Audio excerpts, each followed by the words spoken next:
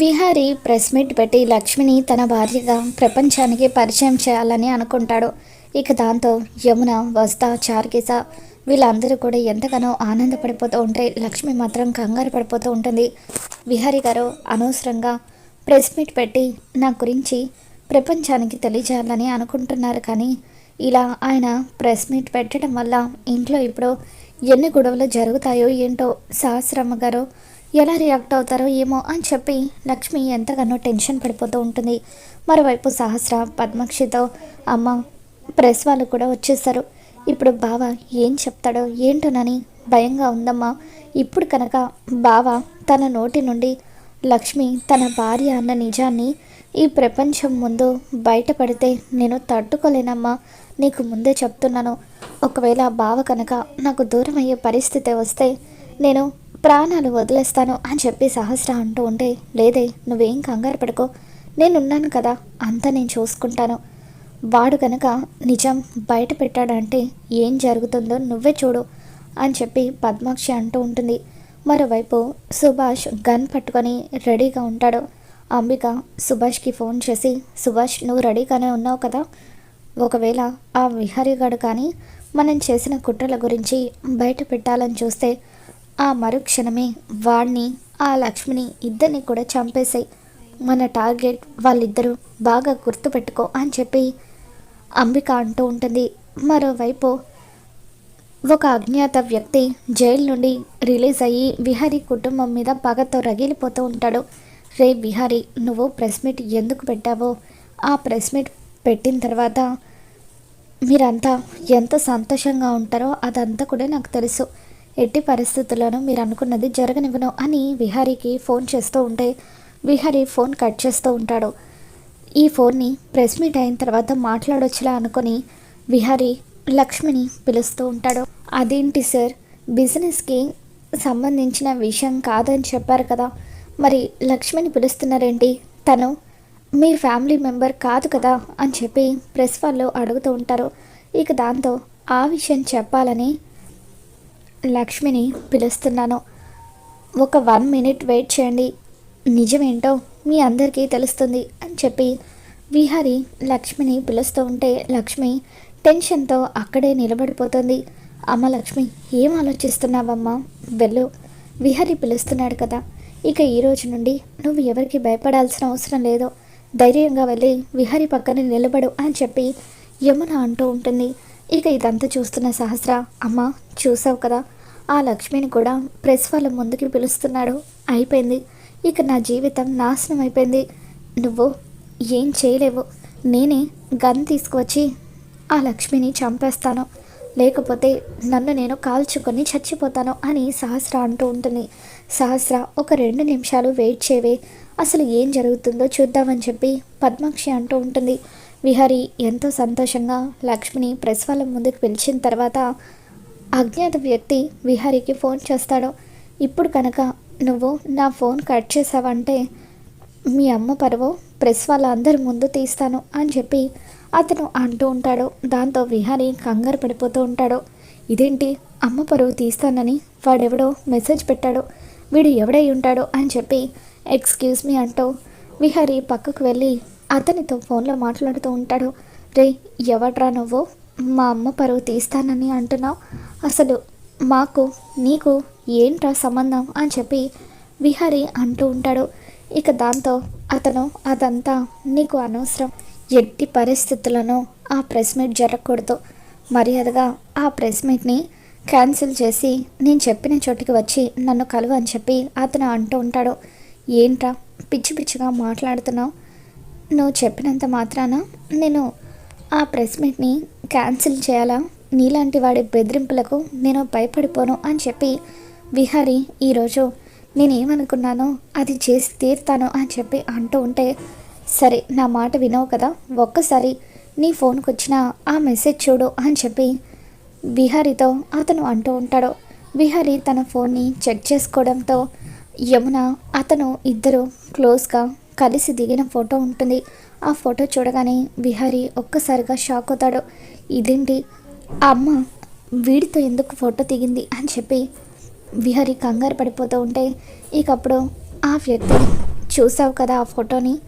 ఇప్పుడు కనుక నువ్వు నేను చెప్పిన చోటికి రాకపోతే ఆ ఫోటోని ప్రపంచం ముందు బయట పెడతాను. అప్పుడు మీ అమ్మ పరువు నలుగురు ముందు పోతుంది అని అతను అంటూ ఉంటాడు. రే, పిచ్చి పిచ్చిగా వాగకు. మా అమ్మ ఎటువంటిదో నాకు తెలుసు. అనవసరంగా మా అమ్మ మీద నిందలు వేయాలని చూసావంటే నిన్ను చంపేస్తాను అని చెప్పి విహారీ అంటూ ఉంటాడు. సరే, అలాగే చంపుదులే, ముందు నేను చెప్పిన చోటుకి రా అని చెప్పి విహారీతో ఆ అజ్ఞాత వ్యక్తి అంటూ ఉంటాడు. ఇక దాంతో విహారీ ప్రెస్ వాళ్ళ దగ్గరకు వచ్చి, దయచేసి నన్ను క్షమించండి, నేను ఒక అర్జెంట్ పని మీద వెళ్ళాల్సి వస్తుంది. మళ్ళీ ఎప్పుడైనా మీకు ఫోన్ చేసి ప్రెస్ మీట్ని ఏర్పాటు చేస్తాను. అందరినీ ఇబ్బంది పెట్టినందుకు నన్ను క్షమించండి, సారీ అని చెప్పి విహారీ అందరికీ క్షమాపణ చెబుతూ ఉంటాడు. ఇక దాంతో ఇట్స్ ఓకే విహారీ సార్ అంటూ వాళ్ళు అక్కడి నుండి వెళ్ళిపోతారు. విహారీ ఏమైందిరా?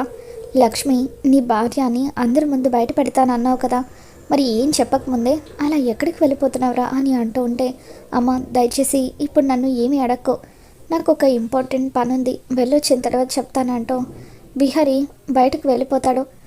మరోవైపు లక్ష్మి అసలు ఏం జరిగింది, విహారీ గారు ఎందుకు ప్రెస్ వాళ్ళని వెనక్కి పంపించేస్తారు అని ఆలోచిస్తూ ఉంటే, ఇకప్పుడు సహస్ర, అమ్మ నాకు ఎంత ఆనందంగా ఉందో తెలుసా, ఒక తుఫాన్ వచ్చి వెలిసినట్టుగా ఉంది, ప్రశాంతంగా ఉంది. ఎక్కడ బావ ప్రెస్ మీట్లో ఆ లక్ష్మి తన భార్య అని నిజం బయట పెట్టేస్తాడోనని ఎంత భయపడిపోయానో తెలుసా అని చెప్పి అంటూ ఉంటే, విహారీ ఎందుకు వెళ్ళాడో తెలియదు కానీ ఒక అందుకు మనకంతా కూడా మంచి జరిగిందని నాకు అనిపిస్తుంది.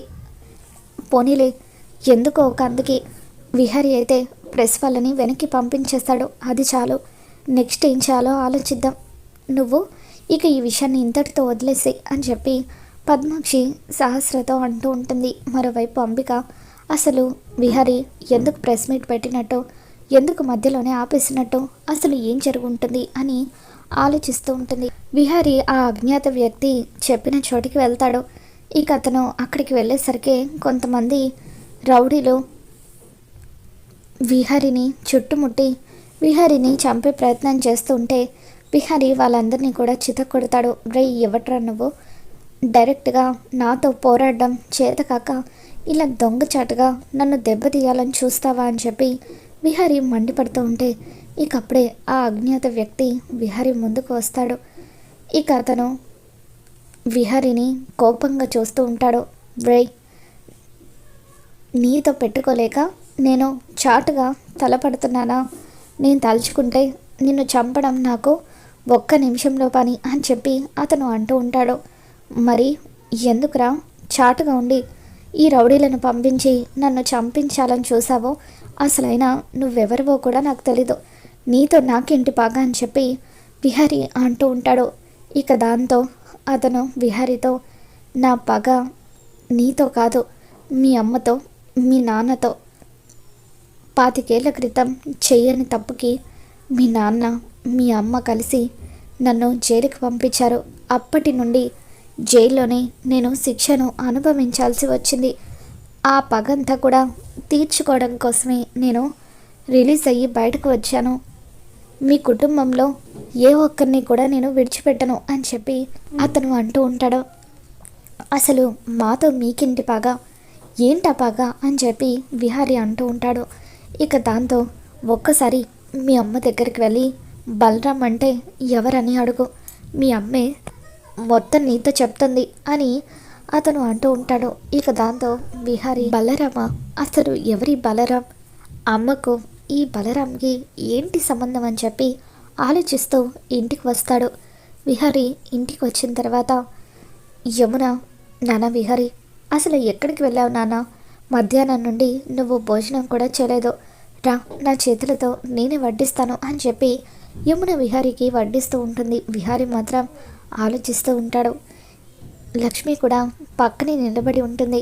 ఇక అప్పుడు విహారీ, అమ్మ నిన్న ఒక మాట అడగనా, బలరాం అని నీకెవరైనా తెలుసా అని చెప్పి అంటూ ఉంటాడు. ఇక ఆ మాట వినగానే యమునకి కాళ్ళు చేతులు వణుకుతూ ఉంటాయి. బలరాం అని నాకు ఎవరు కూడా తెలియదురా, అయినా నీకు తెలియని రహస్యాలు నేనేం దాచిపెడతానా అని చెప్పి త్వరగా తినేసి పడుకో అంటూ, అమ్మ లక్ష్మి వాడికి ఏం కావాలో వడ్డించు, నాకు కాస్త తలనొప్పిగా ఉంది, నేను వెళ్ళి పడుకుంటానంటూ యమున గదిలోకి వెళ్ళిపోతుంది. యమున టెన్షన్ పడడం గమనించిన విహారి ఎప్పుడూ లేనిది అమ్మలో కంగారు కనిపిస్తుంది. ఆ పేరు వినగానే ఎందుకమ్మ అంత టెన్షన్ పడుతుంది, అసలు అతనికి అమ్మకు ఈ కుటుంబానికి ఏంటి సంబంధం అని విహారి ఆలోచిస్తూ ఉంటాడు. ఇక అలా లక్ష్మి విహారీకి భోజనం వడ్డిస్తూ ఉండగా ఇంతలో లక్ష్మి కళ్ళు తిరిగి పడిపోతుంది. విహారీ ఎంతగానో కంగారు పడిపోతూ ఉంటాడు. లక్ష్మి లక్ష్మి అని చెప్పి తనను ఎంత పిలుస్తున్నా లేవకపోవడంతో ఇంట్లో వాళ్ళందరూ కూడా హాల్లోకి వస్తారు. విహారీ డాక్టర్కి ఫోన్ చేస్తాడు. డాక్టర్ వచ్చి లక్ష్మిని చెక్ చేసిన తర్వాత లక్ష్మి ప్రెగ్నెంట్ అని డాక్టర్ చెప్పడంతో ఇంట్లో వాళ్ళందరూ కూడా ఒక్కసారిగా షాక్ అవుతారు. సహస్ర ఆలోచనలో పడుతుంది. ఒకవేళ ఈ లక్ష్మి కడుపులో పెరుగుతుంది నా బిడ్డేనేమో అని చెప్పి సహస్ర ఆనందపడిపోతూ ఇప్పుడు ఇంట్లో వాళ్ళందరికీ కూడా అనుమానం వస్తే ఏం చేయాలి, ఇప్పుడు బావ ఎటువంటి నిర్ణయం తీసుకుంటాడు అని చెప్పి సహస్ర మరొక వైపు కంగారు పడిపోతూ ఉంటుంది. మరి రాబోతున్న ఎపిసోడ్లో ఏం జరగబోతుంది మళ్ళీ మేము ఛానల్ తెలుసుకుందాం. ఈ వీడియో మీకు నచ్చినట్లయితే తప్పకుండా లైక్ చేయండి.